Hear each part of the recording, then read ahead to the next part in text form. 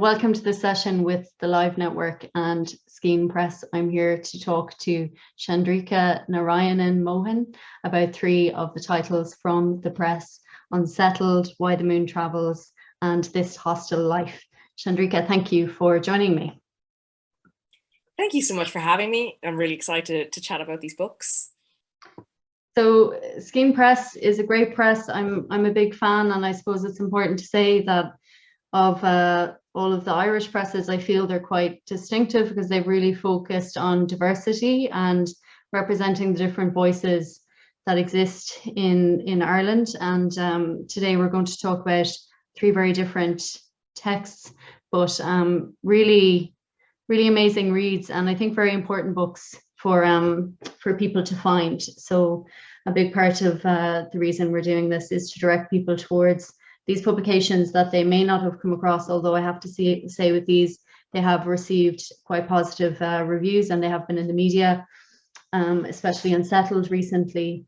So we might start with Unsettled, Chandrika. So this is from Rosaleen McDonagh, and very powerful, very powerful book. I mean, Anne Enright says in her praise of it, she will make you feel more properly alive. Beautifully written, this book beats back the darkness. It brings us all further on. She's had some great reviews for this book, but there's so much to say about it, really. But what was your take on reading it? So yes, Unsettled. There you go. I have all the books. I'm very happy. By Rosaleen McDonagh. I really loved it. One, I love personal essay collections, particularly by sort of Irish women. And I'm very lucky that I know Rosaleen and her work a little bit because I used to work with Fishamble, and they commissioned some of her work, like Play Mainstream. And it's just this brilliant, raw, funny and beautiful sort of collection of stories about her life and about humanity. And I think it's the mark of a really brilliant writer when and brilliant nonfiction when each chapter is like sort of striking a tuning fork inside the reader, the way that it activates a sort of resonance between the lives of the reader and the writer. And it does not matter if you've ever lived those experiences, but the way that she brings in her experiences, the way she talks about them, the way the emotions, like they still resonate with you no matter what. And I love that you just never know which chapter is going to get you in a different way, because it's probably not going to be the one that you expect.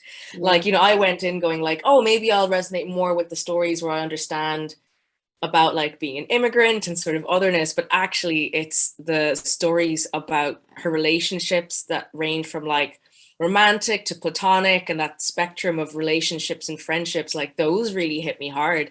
I think the most important thing to remember is it's really funny because Rosaleen is absolutely gas. Like as a person, she's a brilliant writer, but she has this amazing sardonic dark humor, and it's woven through the whole book. So it's also just a cracking read. Like her voice shines out through it and it makes it really brilliant. It's got a great balance between sort of gentleness and difficulty.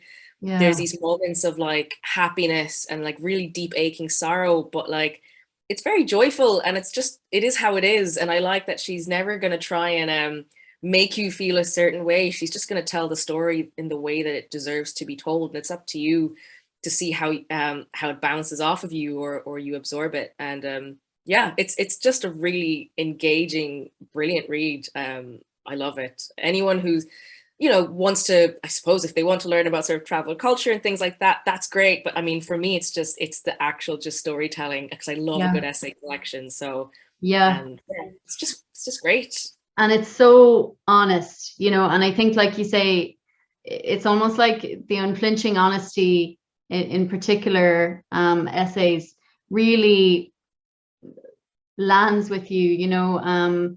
I think she kind of is sharing an experience, but in a very sort of a generous way, you know, like she's letting people kind of step into different scenarios throughout the book. And there was so much in this that was new to me, you know, in terms of, like you say, the storytelling, but also just the perspective and the angles. And like you say, some great humor in it, but some particular pieces that I just thought, wow, you know, like when I read Queer Connections, I just thought that is such an important story for Irish literature, you know, and it's coming from a particular place. There's something very powerful about reading something that's in the essay style and not fiction. It's very brave.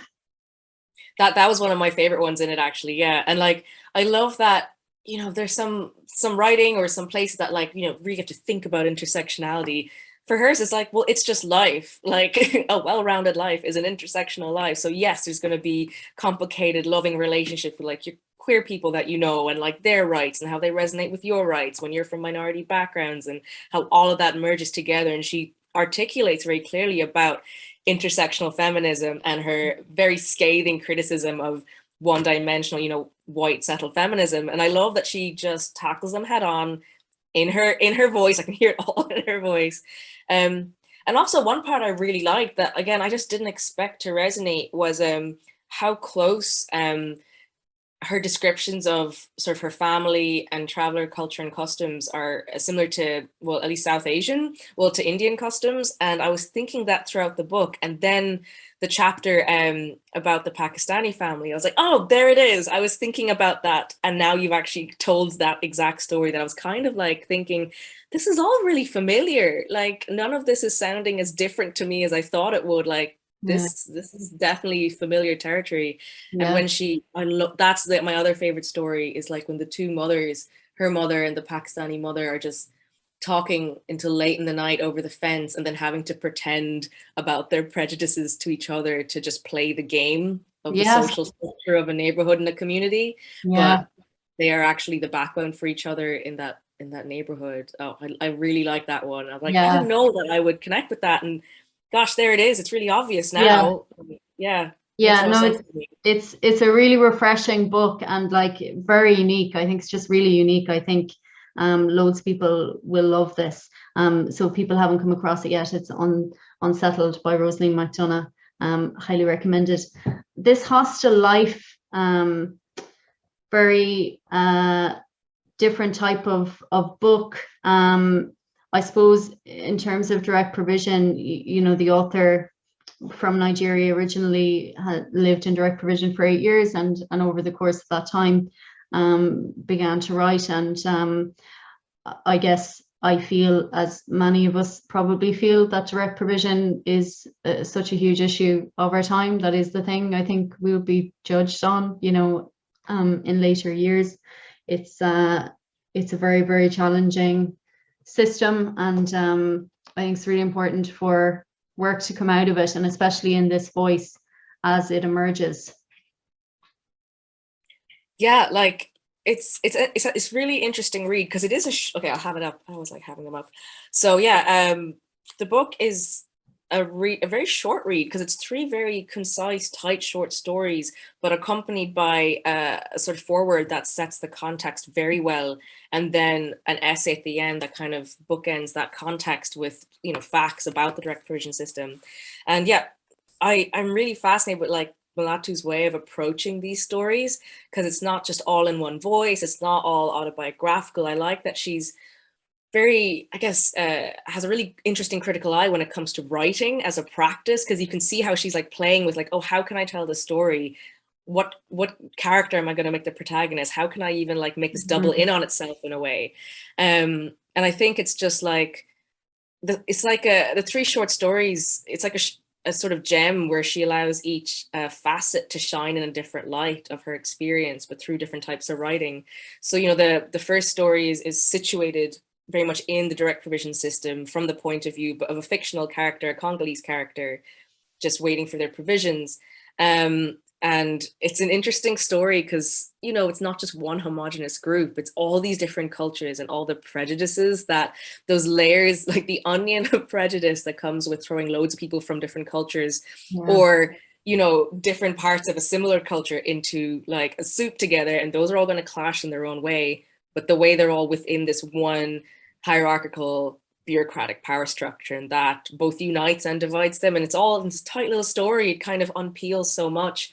And it's also like very frustrating. It's a very frustrating read, because it's just, you know, the normal power play of just having so many people that are vulnerable, and, you know, people power tripping, and if they just feel like starving them, they just can, and there's literally no consequences. And it's horrible to finish a story and go, oh, that really irritating, horrible sense of injustice that, like, you know, I've seen glimpses of as a migrant, like, you know, queuing for 8 hours in the cold for just your annual visa renewal. Like, I did that for a few years. Like, just the really dehumanizing moments. I mean, obviously I'll never pretend to like know the experience of direct provision, but those moments of those dehumanizing, you're an immigrant, so you're dirt, like, those moments have touched me many, many times, to a point where I'm like, oh yeah, of course I don't matter.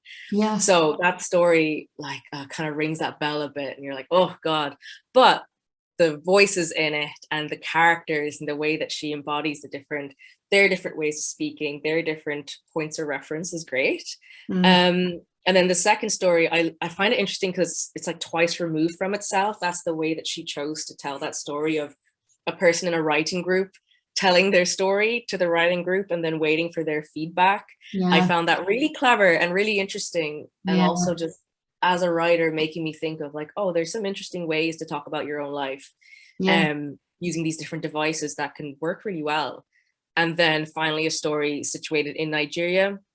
And it's like a very claustrophobic story that kind of holds you in its claws, about superstition and punishment and, you know, women's bodies, that, you know, you can read it and think this is over there, but the same structures and those same things pervade all of our cultures. So, you know, we're never as removed from stories like that as we like to think we are.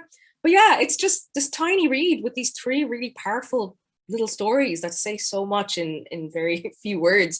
And yeah, it's informative in the way that it's bookended. But I think what's at the core of it is actually a really interesting understanding of writing as a practice, and seeing how she goes about it is fascinating. Yeah, I hope some of these titles are being chosen by book clubs, because I think they're the type of books that just have a lot to offer in terms of discussion. You know, Why the Moon Travels by Oein DeBhairduin is the last book that we're going to talk about. I love this, and I love the illustrations. Like, it's beautiful, and really interesting look on folklore and kind of myth, and that the storytelling idea associated with the traveler culture. And I suppose Owen has retold and collected a lot of these kind of images and yarns that are shared in the book. How did you feel about it, reading it? Well, yeah, so and it's also got these lovely illustrations by Leanne McDonagh. So yeah, Leanne McDonagh, so a traveler illustrator as well. I really love these. Now, I have to say I'm biased because I have a serious soft spot for fairy tales and fables and, you know, short mythical stories. And I also love personal essays. So it kind of felt like this was like, oh, my perfect weaving of some of my favorite genres. And then it's illustrated as well. And I love that. It's a really vivid, beautiful collection. And each sort of folktale that's, you know, his way of, I guess, putting, you know, on paper, which is an act in itself, these like oral traditions, these stories have been passed down for generations, or just from his father, or just, you know, the way that stories and folklore just turn up in your life as a child more often than when you're an adult, maybe. But the way that it's accompanied by his narratives of the moments when he first heard that story, I think it adds a totally different tone to everything. And it kind of feels like you're having your hand held and you're guided gently through like the narrator's childhood through these stories as well. So it's this beautiful sort of double dimension that works very, very well together.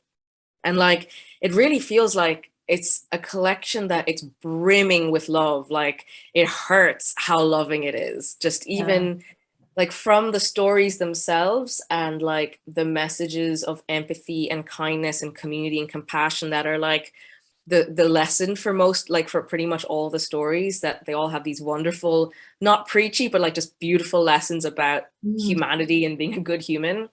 But also just in his descriptions of his family and where he hears these stories, like there's just these countless small moments of such deep love, like the way his father like runs to him to like wrap up a cut in his finger, or the way his mother's like petting his hair in a certain way to like provide comfort.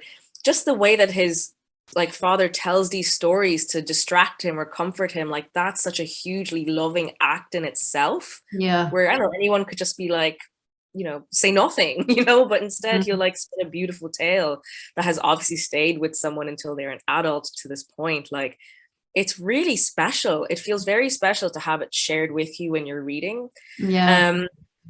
And like, yeah, I also like the way that Owen sort of integrates, you know, Traveller Cant into the work, but without over explaining it. I always feel that's interesting with lots of different languages. When you're from a culture, how much do you have to like trade in yourself to make sure it's palatable and understandable to like basically a white audience who won't know what these words mean? Like, so I do like seeing how they're just woven so beautifully in here, and you don't question it. It just makes the work what it is.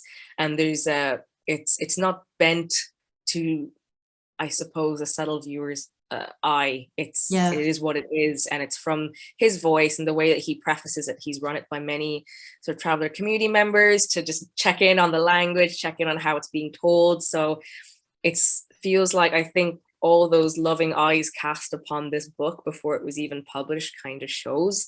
And again, like kind of similar with Rosaleen, like it keeps resonating with my own background. Like, oh my God, like all of our folktales have like crows and animals in it in India. Like, well, there's the three texts: Why the Moon Travels, Unsettled, and this Hostel Life. I'll put in a link in the text to this video for people to find copies of these. And thank you so much for talking with me today. Thank you, and big thank you to Skein Press and all the other publishing houses who are publishing books that, you know, tell the story of someone's background and culture from the voice of that person. Like people telling their own stories. That, like as Owen says in his book, it's forgot how he phrased it, but basically there's no limit to the power of someone being able to tell their own story. So it's very exciting, and obviously they sell really well. They've got loads of audiences. So I hope this is, you know, onwards and upwards for more stories like these coming out through publishing in Ireland, but around the world as well. Absolutely. Absolutely. Thanks so much. Have a great day.